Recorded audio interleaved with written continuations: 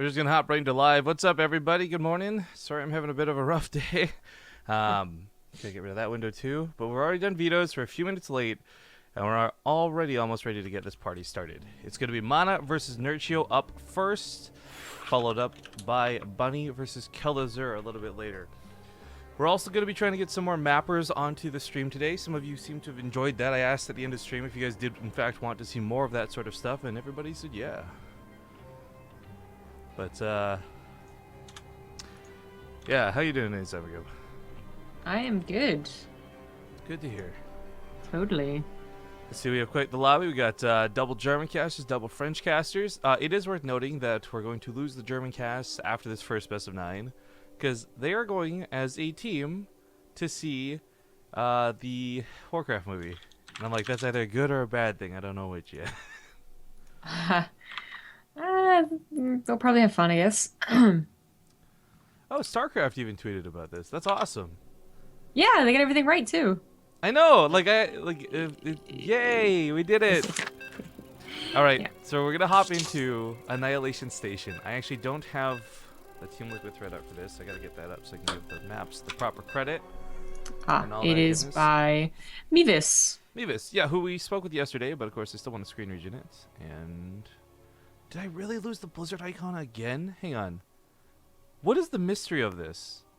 Every time we do this, I have to re-put the Blizzard icon onto the screen. Or screen. Scream? It's gonna make me scream. Alright, look. There we go.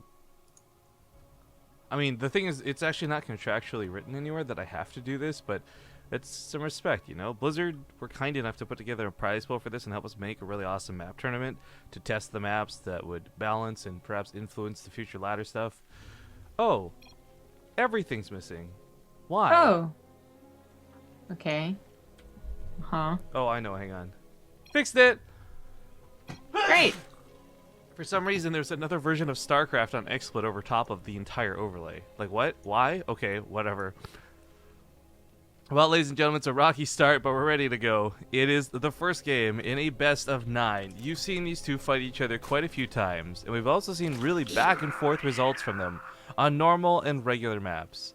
But these are all maps that I don't imagine either of these two have seen before, and they're all maps made for a contest that will help, not necessarily determine the next map pool, but influence it at least. In the top right side of Annihilation Station, he's playing for Euronix Gaming. It's the Red Zerg Nerchio. The bottom left as the blue Protoss, he's Liquid MaNa. Alright, so MaNa, I'm hoping does well today. There is something I do need to clarify, and I'll be mentioning this a couple of times on stream today. Somebody was kind enough to make a Liquipedia thread for this, or a Liquipedia entry page for this, and that's awesome. Thank you so much, whoever that was. But they got the info on it really wrong, specifically pertaining to the brackets. So I want to make it perfectly clear that whoever wins this series will fight Hearthstone tomorrow. Ah, I see. I have not checked the Liquipedia, so It's all Gucci. No idea. Yeah. No. Thank you to Not Damish for the 6-month resub. Yeah, we got a couple of offline new subs. This keeps happening. I'm just gonna assume it's like the hashtag VOD paywall, maybe. I don't know, but CNN Rolf. I think. Am I saying that right? No. Where even is that? How long ago was that? A while ago. Then Hussar Riddleton? and JQX204S. Those are the ones I see. It's a D. And Rose Riderus. I see CNN Ridilton, Neogo, Maybe this Poyo is because TV, Hussar. I've got these suspicions that part of our Twitch alert problems are maybe it's not for whatever reason built to have two people logged into the same one. I don't actually know. There's no way to confirm that. Because it seems to be consistent like 90% of the time, and then 10% of the time we'll either get no notifications or this, where we're seeing completely different lists logged into the same thing. I don't know. Well, either way, thank you to anybody who has subbed since the last cast, and we apologize if we missed names, because apparently it's not working so good. Now, two depths do get across the map, and look at a bit of damage. There's really not that much defending, but deals with the links pretty quickly, and I guess doesn't want to really risk losing the Adept to the Queen. I guess not. Yeah, taking some drones with him, but saving the Adepts as opposed to just trying to get as much damage as possible. I guess he figures the Lings are going to be out or something, and they're out now, but they didn't have speed. Yeah, just checking once again, I guess, to see how many Lings there were, and there wasn't really that many. Enough to take care of Adepts, but certainly not enough to do anything against this wall. And MaNa did recognize the ability to wall at your natural on this map fairly early, so... Well, MaNa's actually been, I think, consistently doing further out walls anyways. Because I remember this quite a few times where we've been casting his games and we scream like, if only he built like Hawk, if only he built around his mineral line, this wouldn't have been a problem. Yeah. But one thing I do want to bring up is yesterday we did get to speak with the map maker, Mevis. And he had expressed that he was really hoping to see a lot of really cool engagements around the middle of the map with this high ground and the smoke dynamic and no watchtowers. I think it's like, it's cool to think about the posturing there, but I feel with the map being as wide, and especially these pathways as large as they are in the north and the south, it's unlikely anyone takes a direct engagement anywhere around the center. Yeah, that actually would be very difficult to see happening. First of all, no one will want to. Like, no one wants to go through the choke. And then second of all, the way that you expand is usually the way that you attack. So unless you're going to expand in the middle, like it was the, well, that was a map. We only saw one of it, the core hall map. Unless there's a base in the middle, then you're not going to have any reason to attack into there. Yeah, it's also just like, if you move into this and you're both posturing, like hypothetical here and here, there's no reason to go through the middle part either, like at all. Go around the ramps. No, there really isn't. Try and take some high ground. The way that MaNa is going is probably going to be fairly consistent until Nerchio takes a fourth base. Well, even then, Nerchio's probably taking fourth base up to the top left. So yeah, he's probably just going to be attacking through there. But you know, speaking of the attack, it's happening, and there's not much to stop it. They pulls the drones right away though. Very quick and very good reactions. The Phoenix also going to run right by this. I'm not sure if they were hoping to just lift the queens up or what the deal was, but I thought that's what their plan was. I think it's just a couple too many queens for him that he didn't expect. But this transfer does not go off, and the Adepts do scrap out for about 4 drone kills. Lots of Lings, but this has not really been what MaNa wants out of this. Like, it's not about trading costs effectively. It's about getting ahead through these Adept run-bys. Yeah, that's certainly not what he wanted, but it's not the end of the world either. I think it would be the end of the world if he can never get a third up, which... with 14 more Lings, Nerchio might be able to cancel at least once. Then that's a problem. That's, you know, the price at the Adepts. It's almost like sending your Hellions in when you're going for like a 3cc build. If you lose them, then you have no defense against the early game Ling run buys. Yeah. It can be a little tough. Thanks to Solar424 for the left 1-3 sub. Yeah, one more to go to that part too. And I'm actually getting a little bit worried / frustrated. I still haven't got a confirmation on our order. So I'm going to try and reorder it, but if not, I'll have to find another website to submit the design to, which means I don't know if they'll come out looking the same or not. That sucks. I would hope they do. It's the same design, just different people making it. Anyways, part 2 is one way or the other, coming ASAP. Plenty of queens, a couple of spores even in between. I love Nerchio's defense for this. I don't know if he was expecting MaNa to go really, really heavy into Phoenix, but I'm glad he didn't leave the opportunity for him to do that, because there's so many times where Phoenix just get away with way too much in a game. I saw the robotics bait, but it didn't really register with me. But early disruptors. Disruptor drops that are going to get scouted as well. Yeah. Well, it's really suspicious to see like a War Prism right next to the Robo, but like that could have just been rallied wrong, you know? Oh, this is a bit of a problem. Yes, it is. In fact, really out of position, but the 2 force fields are going to be enough to hold on for now. Overcharge just push this back. If Nerchio had gotten anything close to surrounding that army, oh my god, like that's everything MaNa has on the ground. Yeah, but I guess MaNa really had it planned out. I mean, those force fields were pretty perfect, and there were a couple overcharges left over. So it is going to be Disruptor drops, Disruptor right now, but then he's bothering to get War Prism speed pretty early. I think he's going to continue trying to make these drops work, which, I mean, isn't necessarily that dangerous. You know, the chances of mutas have actually like heavily decreased in this matchup for a while now.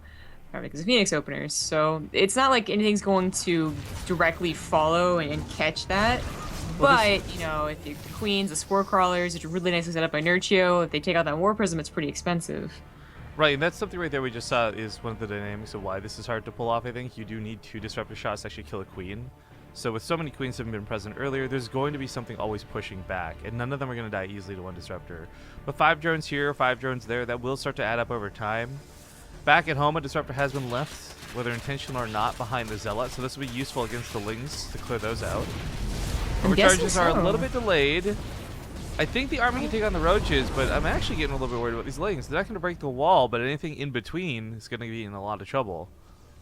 Looks like he had enough to deal with it, especially the Disruptor came into play on those roaches. So, MaNa, yeah, he had a late reaction, but takes care of things. We have Nerchio going for Hydras right now, but we're looking towards the Infestation Pits, see how fast he gets up to that hive and what he gets up to that hive for. He is going for double attack upgrades as well, which seems to be more and more common as we watch this matchup. And it is going to be immediately into that hive, which MaNa would like to scout. Oh no! Oh no! Oh, okay, well, he doesn't lose them. It's still important to keep these Phoenix alive, and not just for scouting and not because he's investing in more. Oh, that voice crack though. I think for me, a lot of that's looking to what comes out later. Like you either want these shooting the Vipers in the air, or you want them to be able to pick up the Lurkers out of the ground and just take them out of the fight. Either way, keeping these alive pretty important and never worth giving away for free. Well, despite opening up early with Disruptors, he's actually going back into basically Immortal Archon, maybe eventually with Charge. We do not have that on the list quite yet. Which is, that makes sense. I think we've been seeing a lot of people who are going Immortal first and then add on a couple of Disruptors. They seem pretty useful when you get to that later, bigger army.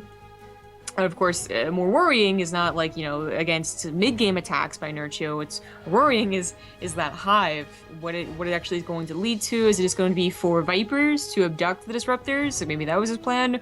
Or is it going to be for, I can't imagine Ultralisk. But I also don't see a Greater Spire or a Spire at all. So it is going to be Ultralisk. It's always just an odd choice. Yeah, I guess if you consider that there's going to be more Archons and Disruptors potentially than Immortals, then I can actually see Ultras working in select scenarios. But the fact that Immortals are just like these insanely hard counters to Ultralisks. I mean, it's like 65 damage a shot when fully upgraded. The Ultras go down so quickly. And you know that no matter what they're doing, in Legacy of the Void, they're going to have double, sometimes even triple Robo. So even if they don't have any Immortals, in like this really odd situation, like if they scout the Ultras, they should be able to get as many as they would like before you actually get to attack with that plating. So just thinking value-wise here. Oh, hold that phone. One of the Disruptors is going to get picked off pretty quickly. Hydra's going to go down for this trade, doing what he can to try and hold on to this position. Looks like MaNa will defend and push Nerchio back. But I was going to say, in my theory here, for Ultras, right? As weird as it is to consider, the equivalent cost of Lings to Ultras, I think in a lot of drop/warping areas, you'd rather just have one Ultra defending, because the equivalent amount of Lings running around the map and killing a base is going to be a lot more potential counter damage. Is the only thing I can rationalize to like really make these super effective. Ultras as defense? Yeah. I'm not saying that's what he's making the purpose for, but I'm just thinking, right. 80 Lings running around a Nexus is going to get a lot more damage than one Ultra running into a Nexus. Well, yeah, that's true. But I mean, the Ultra defense can be problematic in that they can't reach out the spaces. Here's proof, by the way, that Lings can be freaking good. He's picked up all the sentries. Middle of the map, there's a time warp going down. That's actually going to really hurt him for trying to get in position, as this does give MaNa time to get back. Almost never do we see a time warp be effective. Cannon's trying to hold on to the Lings inside the natural base. Looks like there will just barely be enough. But we got Chitinous Plating completing, we got +3 melee started up, and I'm really curious to see when and how and where he's going to use these Ultralisks. Nerchio, of course, has the so cool skinned ones. I think he's just going to use them on the front lines as a bit of a damage soaker. Certainly, if they get chomps in, they do enough damage to be worth it, and I think they might be the big part of the army because obviously they're fat basically, but it's everything else that really adds on to it. The Ling's gonna surround, let those Ultras chomp down. Doesn't matter if you have Immortals. There's still gonna be a lot of splash damage, and of course the Hydras is still here as well, adding some pretty sick DPS. It's so odd because the other thing about Ultras is that they're not good at breaking positions, and if MaNa is going to sit back on 4 bases, and this seems like a pretty easy map to get 4 bases, then if Nerchio ever gets like fed up and attacks into MaNa, that's where Ultras like sometimes just they don't work out, like they get into SimCity, they get into a choke, and then they just die. Didn't occur to me until I see someone in chat mention this just now actually, but there are 3 upgrades going on at the same time. Wow. And Nerchio, with such map control, certainly has the ability to have the money for this. I'm just surprised, I guess, with how passive/defensive MaNa's been forced to play this game. It kind of makes sense, like, Nerchio's been able to get away with so much. As we see, by the way, this way we question Ultras. They do go down so quickly. Without proper support like Lings and Infestors, it's hard to actually use them Backing away into a choke. The Link's finally coming into the play. Looks like those Ultras are still going to be standing strong when you've got enough of them. The Immortals are taking care of them, but slowly. Yeah.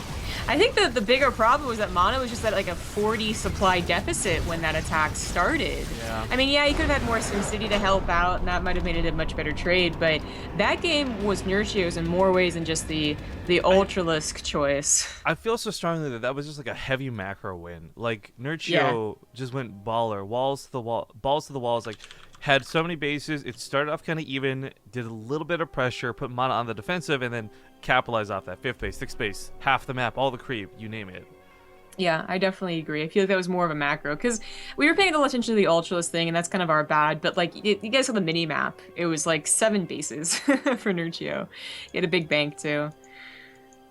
MaNa reporting some issues. Well, this is something to note. He says the map lagged like Coral Carnage. Let me restart my computer. The only reason we're bringing this up is not to take shots fired at me, Viscernium, but this is what we had discussed when we said before, like, Blizzard used just to tone down a lot of these maps when they make it to the ladder because players will lag, even on low settings. I mean, for us, we got these really powerful computers we've invested into for streaming and casting, so we're not going to feel it like your average Joe who plays StarCraft 2. And the last thing they want to do is put a map out there that will cause lag or problems for people. So hopefully and ideally, things like this get fixed through this tournament in the testing phase and doesn't end up happening should any of these maps go live to the ladder. I do want to emphasize, now that we got some more people tuned in, number one, first off, none of these maps are guaranteed to go to the ladder. Not a single one of these maps is said to be in the next season of the ladder. But it's hopefully going to influence. 1 or 2 may even have a chance to get through if the judging goes well and the Blizzard people who are in charge of that stuff pick it. I mean, to be honest, it is the community maps that, like, the worst map here is still a bad map. And it's not necessarily better than the current map pool because it was from the community. But there are quite a few maps that are way better than the current or previous map pool. So, again, this tournament's going to be really cool, I think. In helping influence what comes out in the future. And as we get to see more players play, as we get to see macro, micro, cheese problems persist, it's all going to help us out balance that out too. Yep. Yeah. I think more importantly, I found these maps so much more interesting. A lot because we've had the same map pool for a long time, changing, of course, recently with the patch. But like there's a super skinny one, Apotheosis, Frozen Zone is huge. I actually don't like it that much, so I'm just going to skip over that one. I have to ask, because I didn't see the vetoes. Did New Gettysburg survive the vetoes? No, it didn't. MaNa vetoed it. Yeah. Damn. I was really hoping to see New Gettysburg. Sorry, it seems like people, I don't know what it was after seeing that first game. They don't like it. Well, that's the thing. I think... Well, I mean, we're going to see it again in the finals no matter what. For those who don't know, for the finals, it's going to be a best of 15 where all 15 maps are played out, period.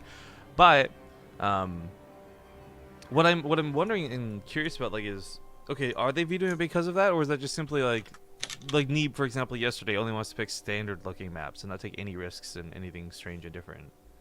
Well, we had Neeb say that, and then we had... Gosh, who was it before that just said, like, I don't want to play an hour-long map? I forget who was before that. I know Euthermo was throwing out a lot of jokes for his series, like, all right, see you guys in 5 hours, that sort of thing. Yeah, well, someone vetoed it because they figured it'd be a long map, which so far has been the case, even with that odd Nidus Worm that Scarlet did. the Queen Rush and the Nidus Worm. It ended up being a long map, long game. All right, so the German stream needs to restart the computer. We're still waiting on MaNa to come back. I was hoping we could just small talk it out, but I think we're just going to go to a commercial break, guys. So we'll see you all in 2 minutes, hopefully with everybody back, casters and players alike, and we'll see you soon. Okay, we're back. Hello, and MaNa is having some issues with the map, so hopefully we'll get him in here in a second. He's finally back online, though, which is good to see, so we're not going to be waiting around too long.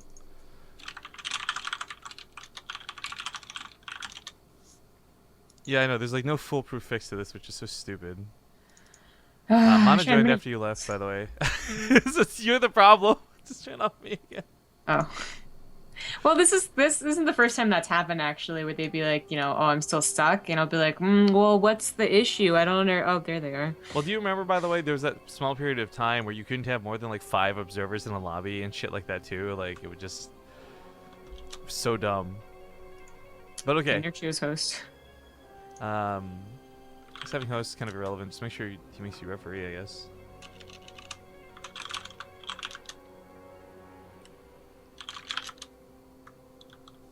Okay, you got host back. All right, so we're getting into Gojira Greenhouse.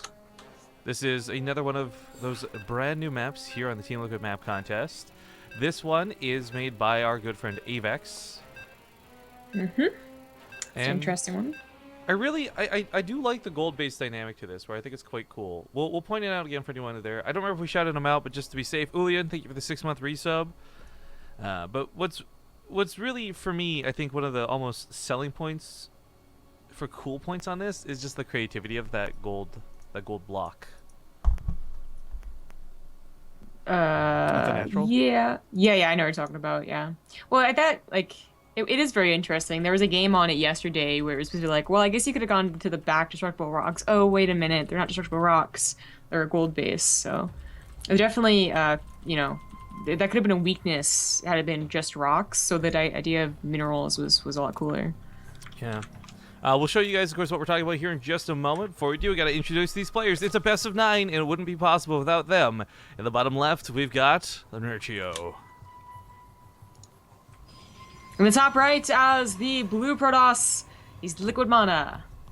All right, so you've got a sort of safe in-base natural, which is cool to see. But what's weird is, like, there's these mineral patches here. Now, they're designed in such a way that these are the low ones that can easily be mined out. You can make a pathway out of the base. I don't think we're going to, at any point in the near future at least, see an example of a proxy hatchery here to mine out the minerals to break into this base. But what's cool for MaNa is, like, this is also meaning there's no rocks here to tear down, but this can eventually be opened up by him, should he choose. Long distance mine a little bit and have some fun. It's pretty safe and secure, though, and it's nothing too insanely different, but it's different enough that I really like it. I think some of the problems with this map really do come when it comes to fourths and going really beyond that, as far as balance and where terrain is, but I really do like that idea for the natural. Yeah, I do as well. I think destructible rocks that lead into your natural, your main, or what have you is something that a lot of people have already gotten tired with. You know, like, someone mentioned, I want to say it was Scarlet, but I can't remember. Or like they had like they were on a map and they were like, didn't we learn that blank was really, really bad or something? And I can't remember what it was, but what we've learned so far in the history of StarCraft 2 is usually back rocks are not really all that favorable.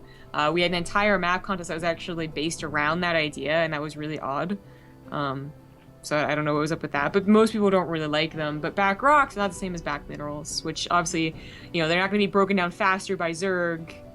Unlike, you know, breakable rocks, which usually the whole issue is that Zerglings can get in and give you a headache.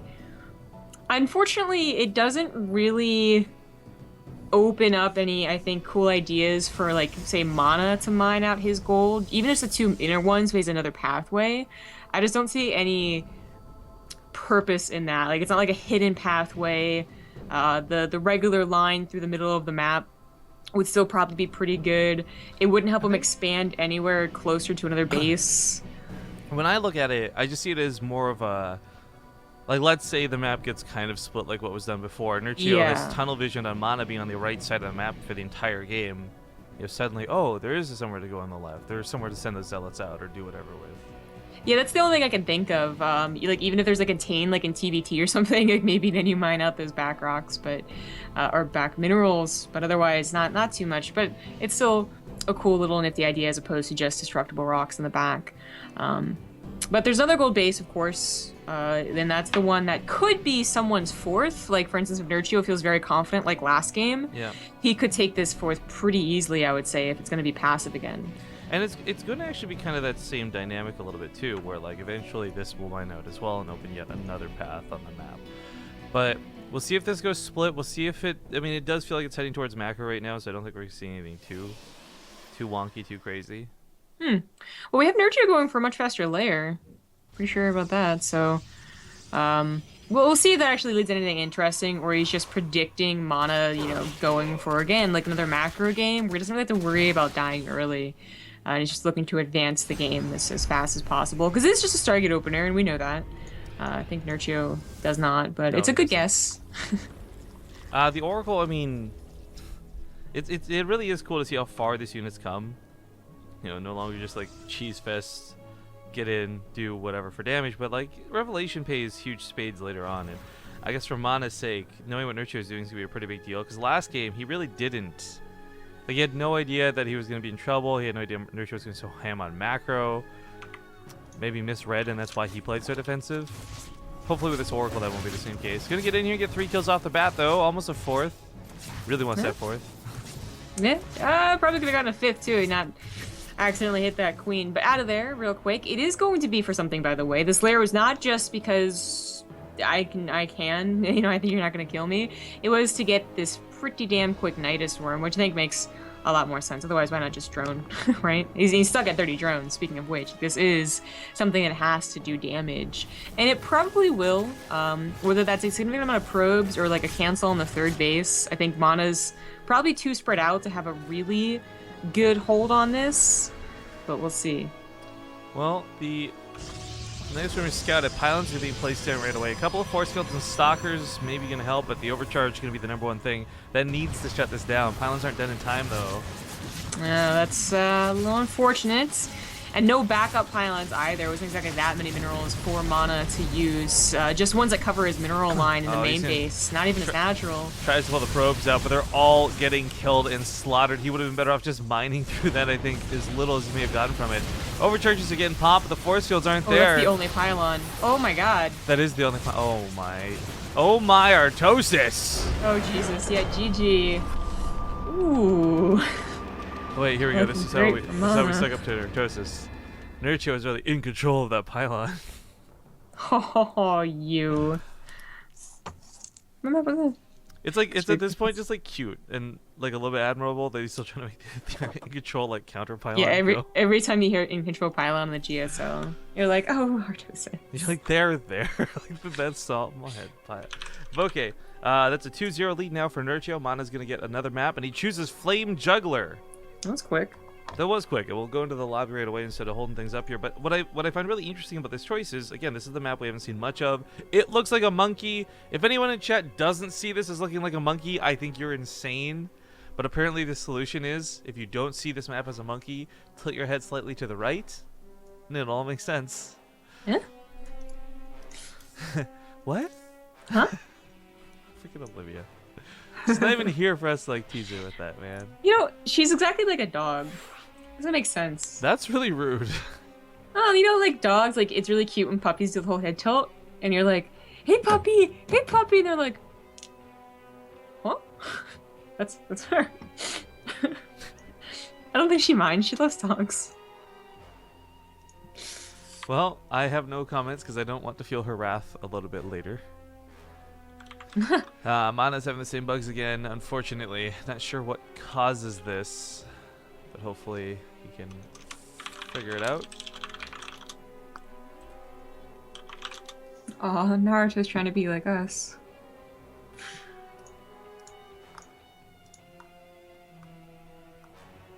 Oh. They're like, they gotta adapt and change their ways, man. Well, all they have to do is stop talking.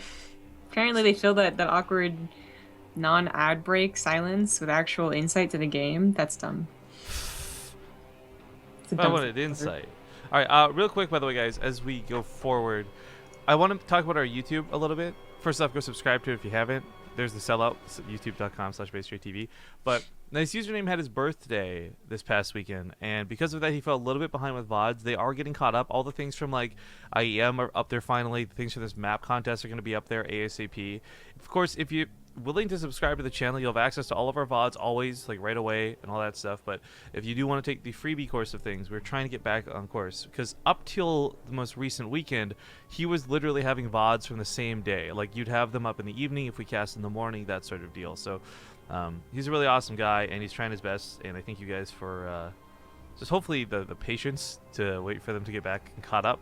But for those that really can't wait, I can't help you unless you want to sub. So they'll be up soon, I promise. I know he feels quite guilty about it, actually, and I'm like, dude, don't worry about it. Like, chill, it's all good. But at any rate, MaNa is stuck at 98%. There we go. Yay, there we go. I fixed it. Well, Again, we have no like foolproof fix to this. It's true. Well, I just made him join off of me as a friend, so. Aw, as a friend. Yeah, as a friend.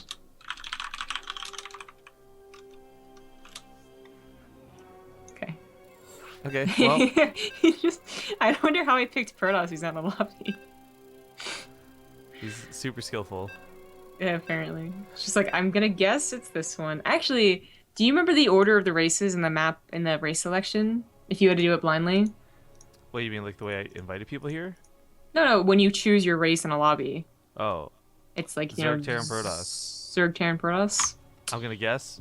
We should find out after this. I think that's right. I really think that Zerg is first at the very least, but anyway. First the worst. You know what they say. All right, ladies and gentlemen, this map is definitely a monkey. And again, tilt your head slightly to the right if you don't see it. Flame Juggler is one of the least picked maps, but now is at the second least picked map. It's made by a map maker named Fatam. Let's quickly screen region this so he gets proper credit. Flame Juggler! Woo! Spawning in the upper left side, though, with an in-base expansion right next door and a very small ramp to cover his entire main and natural. It's going to be Liquid's MaNa. In the bottom right, as the blue Zerg, they swap colors. It is Nerchio. So I would like to comment just like a general thing about MaNa's playstyle, and you can tell me whether you agree with this or not. Okay. I feel like a lot of the times we cast him, when MaNa starts losing, like a lot of other players, when they start losing, they kind of spiral out of control. Okay. I feel like MaNa actually gets better when he starts losing, and it's something about losing like inspires him to play better. Like whether it's small fights in the middle of a game where like, oh my god, how did he win with like 10 army supply, or whether it's like being down 3-0 in a series. Normally it stops at a best of 5, so we don't get to see that incredible comeback. But I would hope to see in a best of 9 where MaNa could potentially be 4 games behind. That's when he like just hits ultimate Super Saiyan strengths of I've taken a beating. I agree. Certainly in individual games that happens. Unfortunately, we have seen MaNa in a best of 9 before, and he did not make a comeback. It was the Ting first season. Oh, this is very interesting. So very quickly, and then back into the game, it was the first season of Ting that MaNa faced off against Rogue, was it? And he actually had a very good first game, so he looked like kind of like he was set up to take at least a few games. Unfortunately, he did spiral out of control. I think that might have just been he was actually feeling bad at the time. He was literally sick, and he wasn't feeling super confident in his play. He might be different now, especially as Protoss has figured stuff up since, when was that, like 2-3 months ago? Yeah, I would say a little over 3 maybe. Yeah, so I could certainly see him coming back versus Nerchio, but Nerchio is also on top of his ZvP game, as shown by, DreamHack only a couple weeks ago. So would it surprise me if Nerchio actually 5-0'd him? Not necessarily, but I really feel like MaNa is going to bring it back on one of the 2 of these maps. I would definitely like to see that. Just because as well, like it's Poland versus Poland, so a little bit of hype there, and that's why Emil really wanted to cast today. But MaNa's just, objectively, I feel like on his worst day, still a better player than like 90% of the people out there. Uh-huh.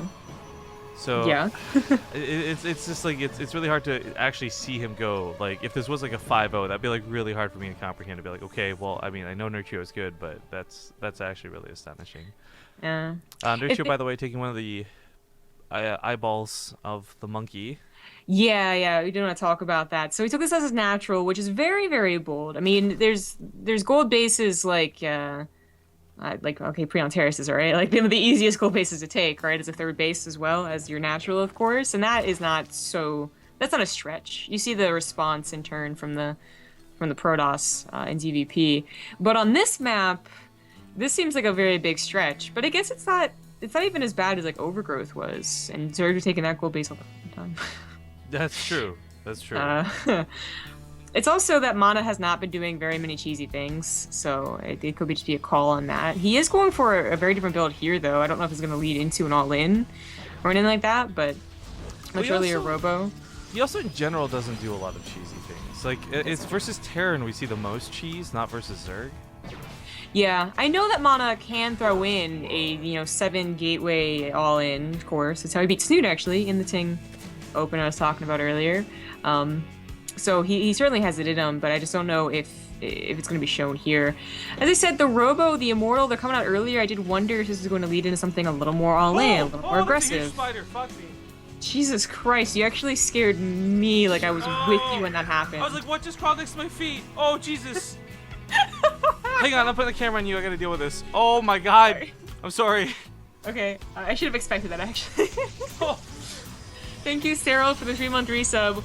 Well, while he takes that down. Dude, seriously, I thought there was a... Okay, anyways, it is going to be the all-in. I was just talking about how I don't know if this is really going to be an all-in. Maybe he's playing more defensive because he sees the third base as being a lot harder to take. And as I look here, I mean, it's kind of the situation with double ramps. But no, it's actually going to be an all-in. Maybe because the third is harder. I don't know. Maybe it's like a... oh god, what was that really terrible map? Crap, can't think of it right now. Because no one ever played on it in the last ladder map pool. But point is, he's mixing things up. He's going to have a lot of units. He's going to have Resident Glaives, a couple of Immortals. It's going to be a really good composition. I mean, an Immortal Adept all-in is not something we've seen in quite a while, but it can work as like any all-in if it's not predicted or scouted. Well, maybe I was wrong. There's so many gateways, I really didn't think he was going to take a third base. But he is banking a ton of those minerals, so I guess he certainly has enough to throw down the third as well as attack. But there is 8 gateways worth of production right then and there. Still has enough for the expansion. The probe, I think, was it was killed, unfortunately. And if Nerchio has Lings on the outside, there's no way he gets into the middle base. That's just... he would need units actually protecting that. So I think that's pretty unfortunate for MaNa, who, if he was really, planning on expanding, that's a lot of minerals just that are banked up now. A couple pylons now go down. Back at home. No breaking in for Nerchio, but this is also something that he's been prepping for a long time. As MaNa was, still warping in, Nerchio was building his own units. He stopped drone production at 56, which is a pretty good amount, maybe a little bit too late. He has queens in the front lines. They are just getting slaughtered by the adepts. However, the Lings come back. The queens take out the war prism, which was pretty damn important, even if they all lost their lives for it. And I think with Lings and more Hydras reinforcing, this should be something he can clean up. Now, he loses the gold base, but Nerchio took a 4th already, so like, it sucks to lose a gold base, but you're still on pretty good mining. Hasn't lost any drones yet. Okay, he's lost 2. Hasn't lost many drones yet, but mass Lings are gonna have an upgrade as well soon. They're gonna surround those adepts. They can actually take them out even like better than slow attacking roaches, right? And of course with Hydras to back them up. So MaNa, unfortunately, maybe if he had that third that wasn't canceled or pushed back by Nerchio, this wouldn't be so bad. But even then, he would only be, he wouldn't have any upgrades. He would only be on 1 robo. It'd probably still be a pretty bad game for him. I can certainly see the idea though, to have a very big attack or some type of pressure and then expand to the gold to match your opponent. But unfortunately, this gold, I mean, it has to, once it's like solidified, like it has SimCity and stuff, I can see it being a very good defense point because, you have to break up a ramp to get to it. But then there's this whole middle space between the main natural and gold that for us, it looks like they have a really tough time dealing with unless they could hinder the Zerg in some way. The second adept attack actually not looking so bad. This is really starting the Lings to snowball. and the Hydras. Yeah. At first, Lings and Hydras are doing great because I guess there wasn't that many adepts. Yeah, the second round really makes us go crazy. And of course, he transfers over to catch the other units. The biggest thing he can do is catch these units as they spawn and try and catch Nerchio before he can consolidate his forces. But drones are getting pulled. More adepts are warping in. That supply from MaNa looking fantastic. Too bad melee upgrades don't affect workers. GG gets called and MaNa will take game number 3. Wow. His first attack was pushed back almost with ease. Like, Nerchio lost a 4th base, but he still didn't lose much else besides that. But Lings and Hydras apparently not what you want when they have like 20 adepts. So I'm not like I'm a pussy, guys. I can't kill the spider because I feel bad. Like, it does good things, like it catches bugs and kills things I would probably hate more than a spider. But I don't want to pick it up. So I'm just kind of like put it under a glass and push it to the side. You took a picture? What the fuck? Dude, it's huge. Look at that, man. That's like a big ass cup. Cause that's like a cup that has like a candle in it. That's like not like a drinking cup. Yeah, it's upside down, man. That is actually a very scary looking spider. Holy shit, man! It's probably been living in your room for the past 2 years, and it just had to move. Shut the front door! Don't tell me that. Well, you wouldn't have noticed it. Okay, we gotta go to Shiva. I gotta try and get this thing out of my room, because I don't want to kill it. So I'm gonna try and throw it outside or something. I'll be back. We'll be back in 2 minutes, maybe more. If I'm gone forever, it's because I burned the house down. So I'll see you guys in a bit. All right. Oh, we're back. That took a lot of courage and running. I'm such dude. I basically put the cardboard and the cup on the ground. Yeah. Then I got in like a sprinter's pose, like when they go start a race, and I grabbed the cup and I sprinted inside as quickly as I could. And I was like, okay, he's still out there, and so's the cardboard, but I don't have to deal with him anymore. Well, did you let him loose, or is he Yeah, still yeah. trapped? No, I grabbed the cup. Like I Oh, okay. I picked it up and I ran, man, for my life. Okay. Why not show it? Because I took pictures, guys. I'm not gonna fucking pick that thing up. You know what? Here's the typical Rifkin thing that would happen, right? I would try to show that off on stream, and then I'd somehow fucking drop the glass or cardboard or something, and it would get loose while I was holding it up to the camera. Like 100%, 100% that would happen, because that's just me. I'm clumsy. I don't blame you, but I feel bad for the spider. He's just packing it all up. Maybe going back to his wife. Dude, that thing was like a wolf spider. I don't think so. It's probably just hunting for food. Well, you're not its food. Those spiders Not are yet. good. Look how big they're getting, man. Do you have black widows in your part of Canada? I don't know, but no, I know spiders are good. That's why I didn't want to kill it. Otherwise, I would have just taken a shoe and like Some smashed spiders it into the are. ground. Black widows are not good. Okay, well, we'll leave Scarlett Johansson to the side for now. In the top left side of Shiva, we've got the blue Protoss, Team Liquid's MaNa. I'm getting all itchy and stuff. In the bottom right, as the red Zerg, it is Nerchio. Okay, and real quick, who made this map? This one was done by Azael. Okay, this is the guy as well who made Coda. We talked about this a little while ago, and you can definitely see influences of that in this map. Yeah. I would say what I find really alarming, again, it's just that distance between third and fourth. But Nerchio once again kind of skips past the natural, says, "I don't think so, MaNa," and takes his third base really quick. I almost wish MaNa would cannon rush, because Nerchio's done this like 2 times now. 2?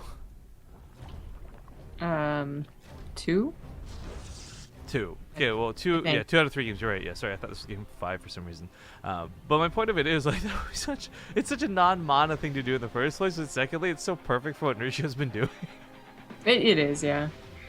Well, last game going well for MaNa, I think just has to do with underestimating adepts, which this is now the second time that I've been caught off guard of how good an adept rush is. Right? Remember when, was it MaNa? Was it? He like proxied 3 of his gateways in the top left of Dusk Towers, attacked in, got his ass beat, and then like came back in with 2 more adept rushes and actually ended up winning. Remember? I know what game you're talking How about. it was like a base trade because he killed so many flipping drones, but it went to like a macro game anyway.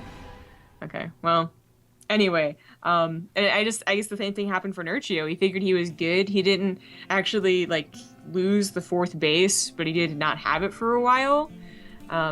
I don't think that really contributed it so much as the composition.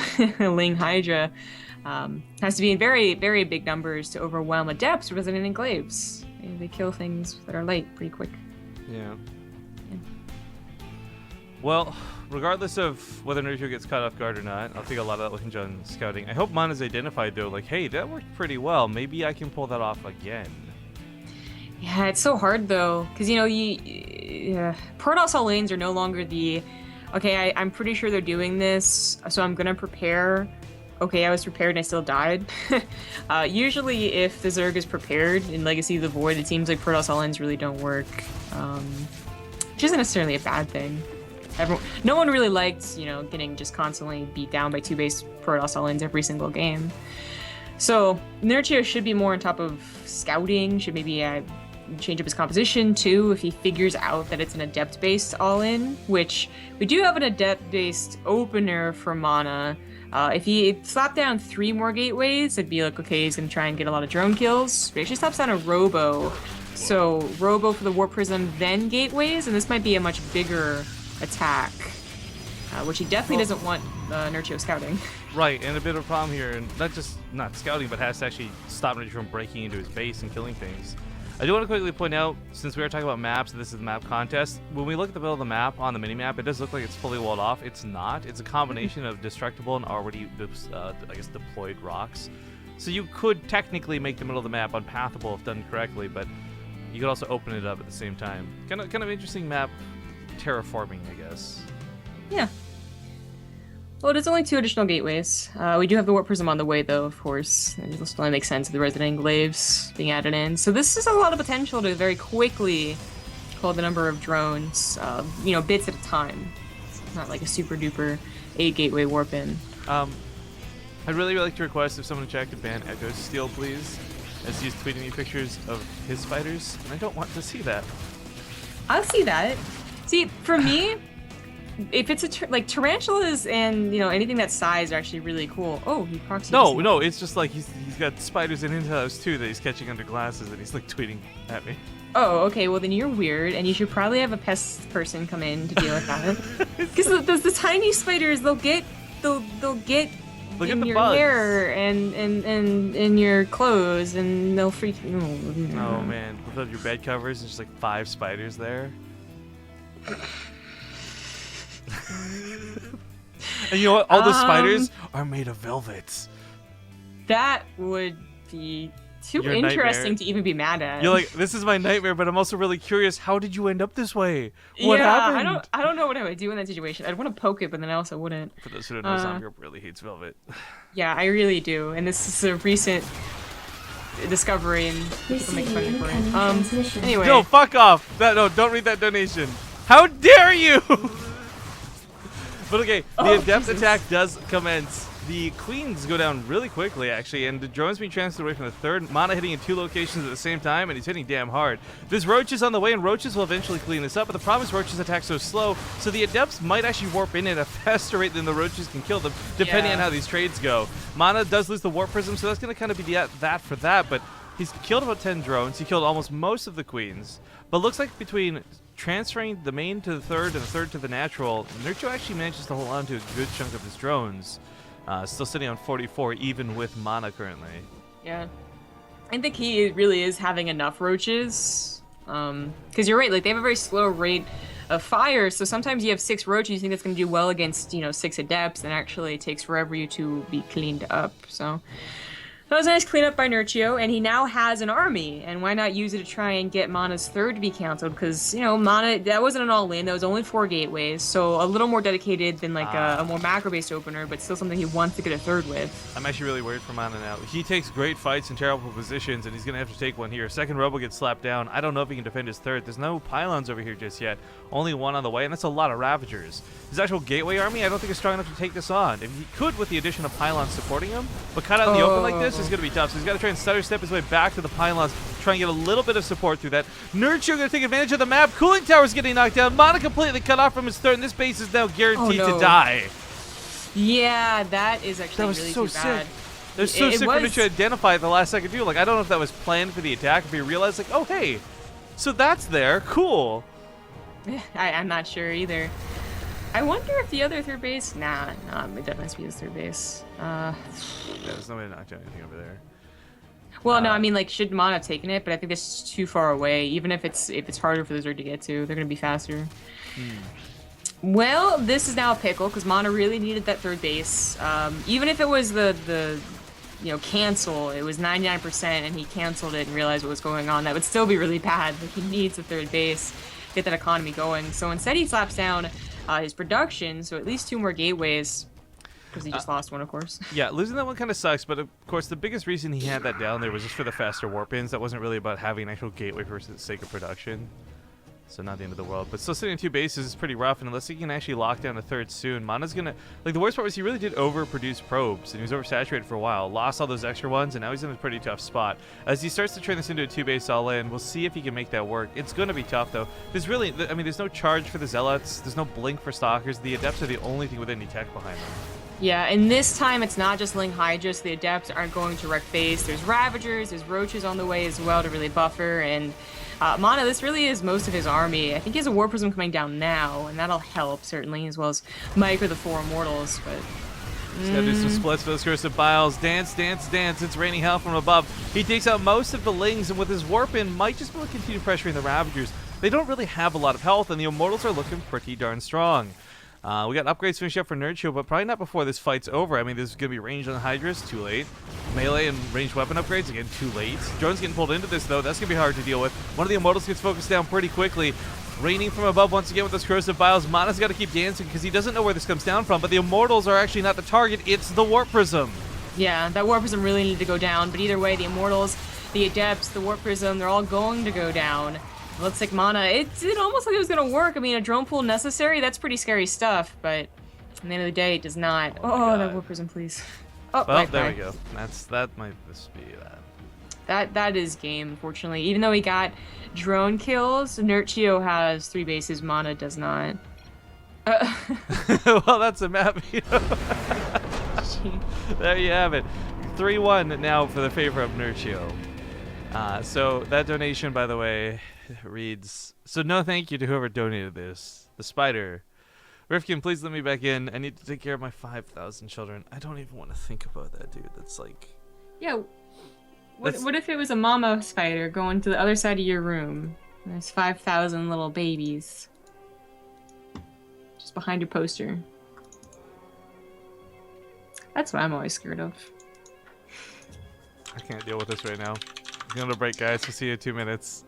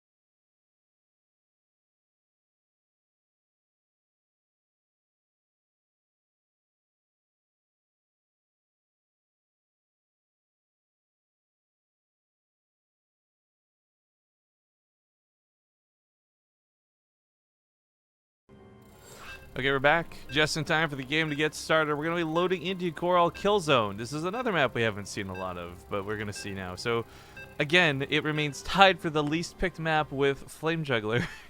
2 for 2.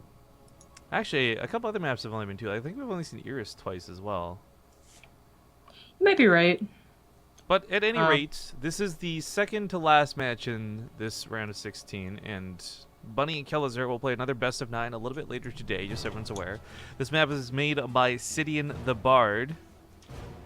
And let's hop into it. It's a best of 9 continuing here on BaseTradeTV. He's currently leading quite a bit, though, 3-1. In the bottom left side, we've got the Blue Zerg, Nerchio.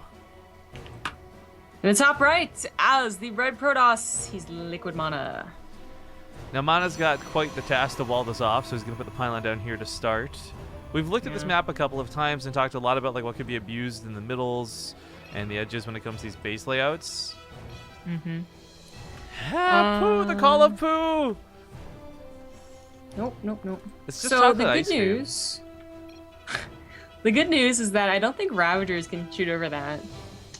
First thing I looked for. The range on that certainly isn't there. I'll almost guarantee that. But for MaNa, again, something like a Tempest or positionally taking control in the middle of the map, that can make that bad for Nerchio.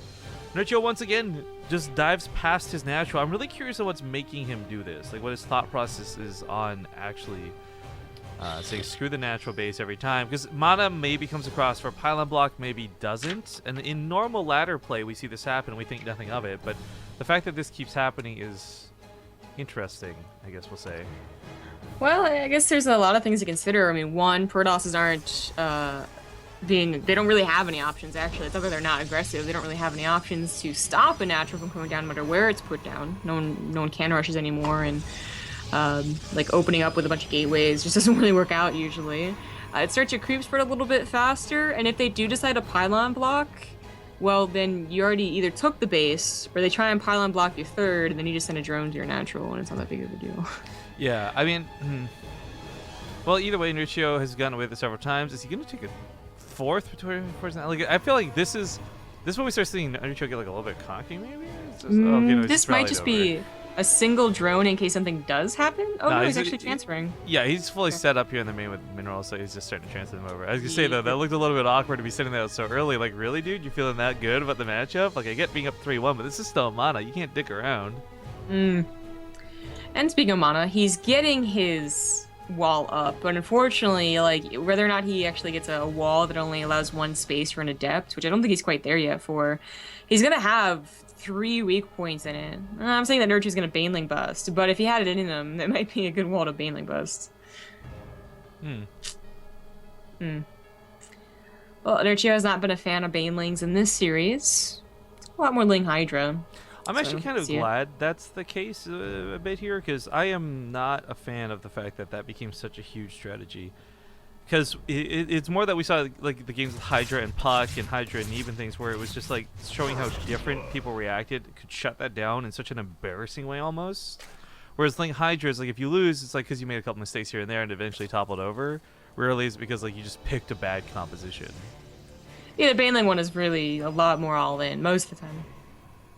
So I can see that point. I just like Banelings a lot. I liked it as the go-to back when in like what 2012, 2011 maybe even in ZvP when it was really popular. I don't think it was 2012. So I like seeing it. But MaNa is changing things up. So he tried basically 2 all-ins. One worked, and then he tried a second one. Well, kind of. It didn't work, which led to a failed macro game, which led to another failed all-in. So this third game, he's mixing it up. He's not going for an earlier Robo. He's not going for earlier Twilight Council. It's actually an earlier Forge. It's been interesting. He's going to go for those upgrades pretty early. I don't believe Nerchio gets to see this. Splat. No, he does not. No, almost nothing in the main, very little in the natural, but it seems. I guess for MaNa though, it's pretty easy for Nerchio to just take that third, and it ain't no thing. But for MaNa, it kind of is a bigger deal. And even if you take the one that's really close, it's still quite exposed. We talked about this when we first saw the map preview. We didn't know like were these actual blockers. It was just high ground vision, and it is just high ground vision from the grass. So you don't actually have that big of an advantage defending. Yeah, it is a big thing. Looks like MaNa's gonna try and take the one that's in the middle. It wouldn't be a terrible idea. As long as you had scouting on both avenues of attack, Observer and Adept to the north, and then whatever your army to the south, and that could be okay. It is more of a choke than the other third options, and it is closer to your natural, so you can see that being the wise choice. I've seen at least 4 different people exclaim this in chat. I don't know if maybe it's the same guy over and over, but holy shit, it's a best of 9. Yeah, it's been best of 9s all week. We got another best of 9 coming up after this, and if you guys are really excited and miss them, you can always subscribe to the channel, but also just wait and they'll be on YouTube for free within the next couple days. We've had a lot of best of 9s, which are made like for these 4-hour-long casts, for these like 3-hour-long series, but Nerchio darting across the map with some lings. I guess I didn't realize with the rocks being down here, something Nerchio could tear down. You do have to take a bit of an awkward path to go through the middle, which I think is not a bad thing, but usually that's going to be scouted by either overlords or observers, and getting around the map at the top and the bottom could be a lot more efficient if these rocks are taken down. Yeah, I kind of didn't even notice the rocks on the first time we saw this map. So. Neither did I, that's why I'm bringing them up now. That's a good point, but okay, so this seems to make more sense to the third for now. If this wasn't a ladder, we would probably see a lot of variation between this one and the one to the south of MaNa's natural. Certainly not the one to the upper left. But the early upgrade, I mean, is nice to see. He's going to have much faster +2. Like, Nerchio's not even going for upgrades here. He's still on 3 base. He's just going for pure army right now, 61 drones.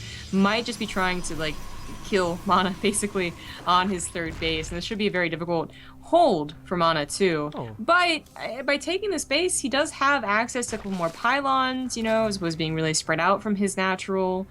I don't think there's really an option to attack into the natural, too, from Nerchio, which is another... It could have been a problem if the 3rd was any farther away. It shouldn't be here. Force folds would be enough on the ramp. Yeah, I didn't realize, by the way, just how long he had put off getting Overlord speed. I guess that's a large part of why his scouting got shut down so hard this game. Yeah, considering that Snoot was going for Overlord speed like within 5 minutes. Yeah. In all 9 of his games. So. Thank you, New Goods Delivery. New goods. So is that news that is good or new goods? Well, it's not news at all. It's new. It's new. It's just not plural news. It's just new. Is there even such a thing? I mean, honestly. There is not. Crazy lady. All right, and here's with the new. Something happened. Bye-bye. Here's the good news. Nerchio used that Overlord speed to make Overlord drops, and he's going to be heading across the map to the north. Now, MaNa's going to be meeting up with here in the open, but force fields might not cut it if Overlords are dropping behind the army, creating an incidental pincer. Alternatively, he's dropped over top of this. MaNa, where are you going? MaNa! He saw a rather small army for Nerchio, not realizing just how much of it was segmented off in these Overlords. So that's going to be like 9+ Hydras that drop into this base. You know what, though? It's only Hydras. Yeah, overcharges, like I say, just start taking care of them immediately. Nerchio going to lose the base here in the upper left for it. We'll see if MaNa can even get out of here with his army, though, because consider what he has to go back through now. He's dead. Like, this army, we'll see how well it trades out, but there's no way it kills Nerchio's army. Oh, no, not with the reinforcements. Maybe he could kind of sneak to the top. Like, he's trying. He's trying. I mean, I really like the use of the force fields, and he's still got a couple more before he's out of energy. And he is starting to get out of here, but the Immortals are so dangerously low. They're about to go down. A recall might be his best course of action, and he does try and go for that recall. Nicely done on MaNa to save those units. Archon's coming in to try and help defend this. More Warpin's going to be necessary. He's at 1,400 minerals in the bank right now. Ooh, that's a bit of a problem. I mean, I'm glad they saved any army that he could, but that still went pretty poorly. And Nerchio, okay, he got the 4th base. It died, that sucks. But he's also getting the +1, so his attack is going to be a little bit stronger. Oh, I like it's still going to have a lot of units. Yeah, this is really nice defense for the main. Unfortunately, Mothership goes down, but he has the bank to recreate one, so that's actually might be better. Just have the energy 4 with an overcharge. Yeah. The Archon, sorry, not Archons. The Overlord's going to pick up. There's no Archons or anything here to shoot up. Stalkers, of course, haven't been too much part of the equation. Oh, MaNa doesn't look like half the supply. If that was like with 4 overcharges, which he doesn't have anymore, that's not so bad. But without the overcharges, this is very, very worrying. Just uses DTs. Oh, you don't really see DT and High Templar merge very often, but that just happened. To merge, and then that's unfortunate that he has to do that, as Nerchio, got onto his scheme and brought an Overseer this time, but they did take care of the Hydras. Oh, MaNa doesn't have enough force fields for this. If he had like 3 more sentries, I think he'd actually hold this. But there's not enough firepower behind what is not enough walls. Overcharges are not available with that Mothership Core having gone down. There's nothing down here with 100 energy. No overcharges getting popped. He starts pushing back on the north side, though, because Nerchio's also not really fighting. Like, he's wasting shots on an assimilator instead of the army. Yeah, that was a little clumsy from Nerchio, but it was also just, the positioning being in MaNa's favor, reason why he took this base. Again, if Photon Overcharges were here, he'd actually maybe would have won. Like, they would have taken down a lot of Hydras. Unfortunately, it looks like he is still going to get pushed back. The Immortals lose their barrier. I mean, it's 3 times the army supply. It's so hard to fight off these numbers. MaNa always makes these bad fights look so good, but if he can't actually win them, then it doesn't even matter. High Templar warped in, but Storms, if only they were available, maybe could have saved him in this situation. Maybe. He does still try to take another. I mean, like, the base was taken down there, but I don't think he'd hold on to this. He cannot. But, it was a very powerful attack from Nerchio. I mean, it was supposed to hit really fast and strong. It originally was he going to might actually clean this up, but the problem isn't what's here. It's what's still coming. It's what's the money behind it. Nerchio spending his bank appropriately. Now almost 6 times the army supply. I mean, again, this is what we talk about with MaNa, guys. Like, something about him. Like, he can take these insanely impossible fights on the defense, but then never seems to take good fights on the offense. Kind of what we witnessed here in this game. Yeah. What would have been a fourth base was trying to act as an emergency third. It almost worked out, and then Nerchio saw it, so... Oh, hype to that cannon. Right? All Nerchio needs to do is collect his forces, and he should be able to push in and win. He's on 4 bases. I think he just transferred drones. This is third, actually, is getting mined out, because that was his natural. And he is collecting. He's breaking down rocks, too, to get a bit faster the reinforcements, as we were talking about. He could, once again, redirect to the north. This is actually maybe a good thing for MaNa, however, because the longer Nerchio takes to do things like that, the better chance MaNa actually recovers and has an army to fight with. It's unlikely he gets something that can take on, again, 75 army supply, but he's got +3 weapon upgrades. This is something that shouldn't be undervalued, especially when you consider whether it's an Archon or an Immortal or even Zealots, because he does have charge. It's going to all be effective, but he's going to lose this base by the looks of it. Oh, that's going to really suck. It does. The Archons, you know, they would do great if there's a couple more. If they're the backed slow up by warpins. Chargots. The slow warpins.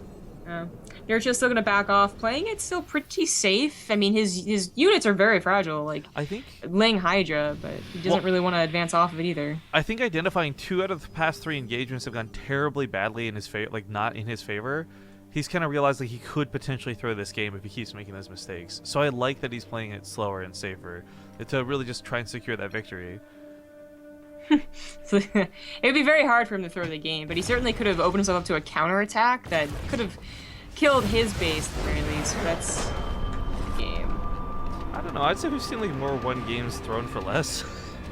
Thinking back to like recent Jogo series and other games, Keen specifically.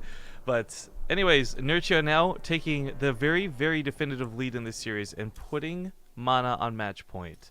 If MaNa can't win this next game, he will lose and fall out of the tournament. We're going to go to a small break though, so do stick around, and we'll see you guys in 2 minutes. We're back, and we're going to be getting into Calum Plateau coming up next. This was, of course, MaNa's pick, and this could be MaNa's grave. Hopefully not, though, because he is able and definitely capable of fighting back, but this... it really needs to be emphasized is his last chance. Now, actually, we should inform them that the natural gases may still be bugged. We don't actually know. They should know.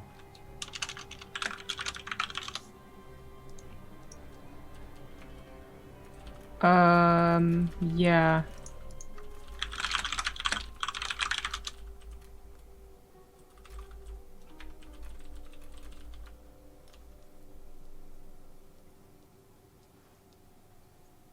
So, take at own risk.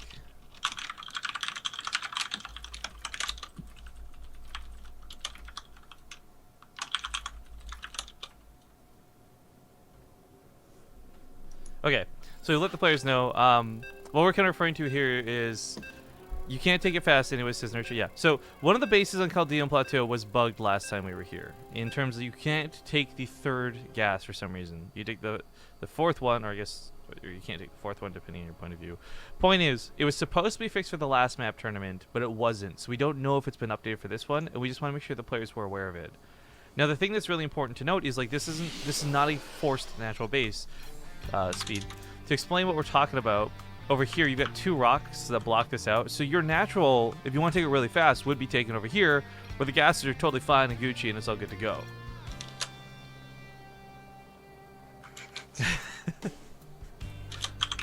You can't see it, but I'm pooping. Anyways, ladies and gentlemen, welcome back to Calum Plateau. It's still the best of 9. This is a map made by Avex. And unless they're showing the scores on, it is sadly 1-4, not in his favor. He's really got to bring it back here and now.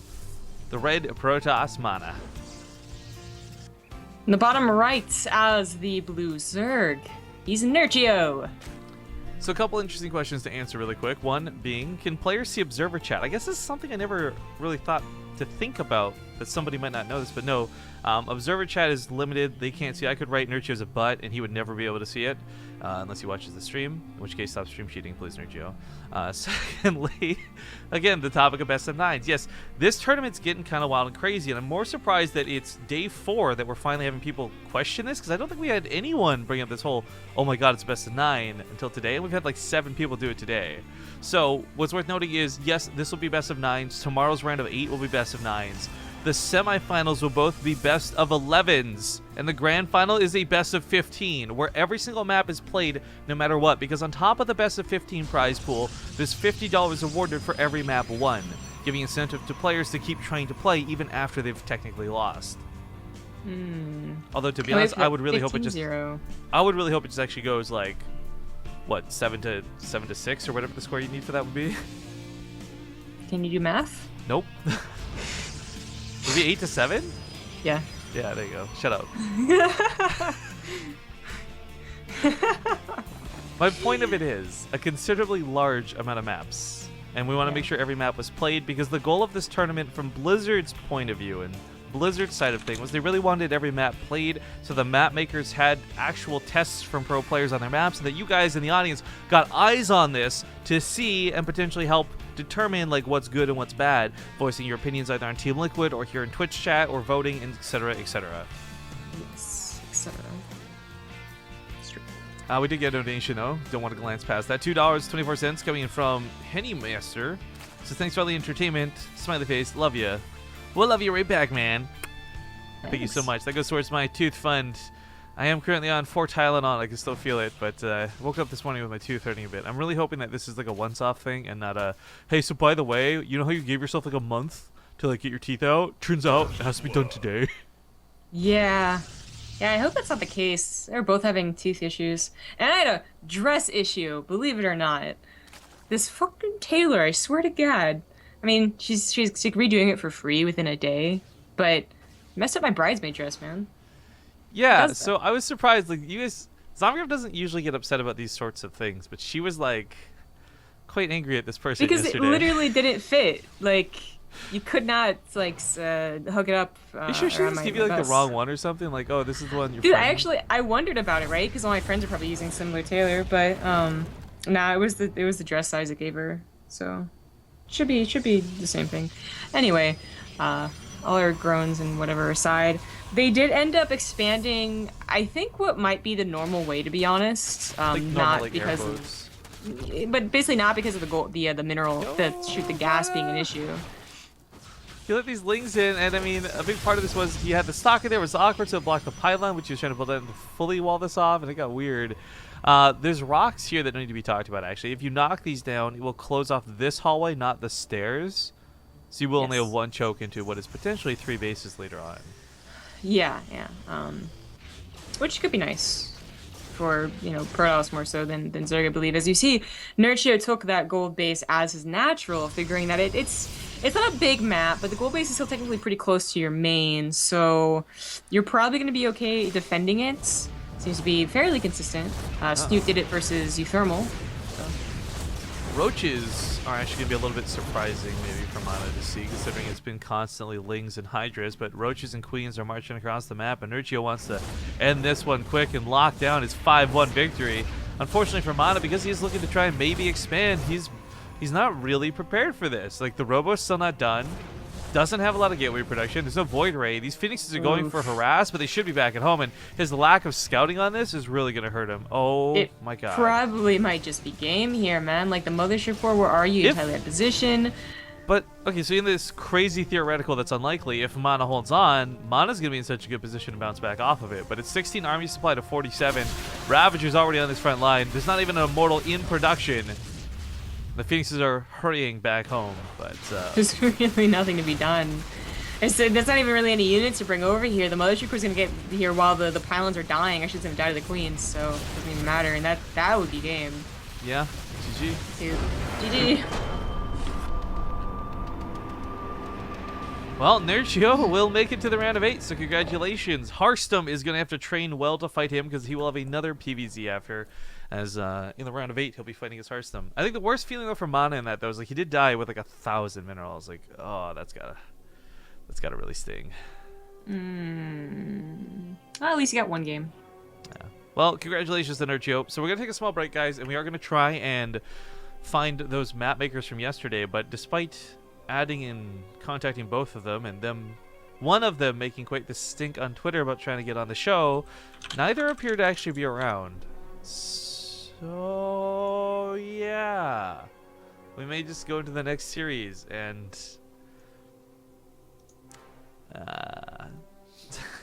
Yeah, I don't know. We'll be back in a second. So don't go anywhere. We'll be back in a few minutes while I figure out what's going on, guys.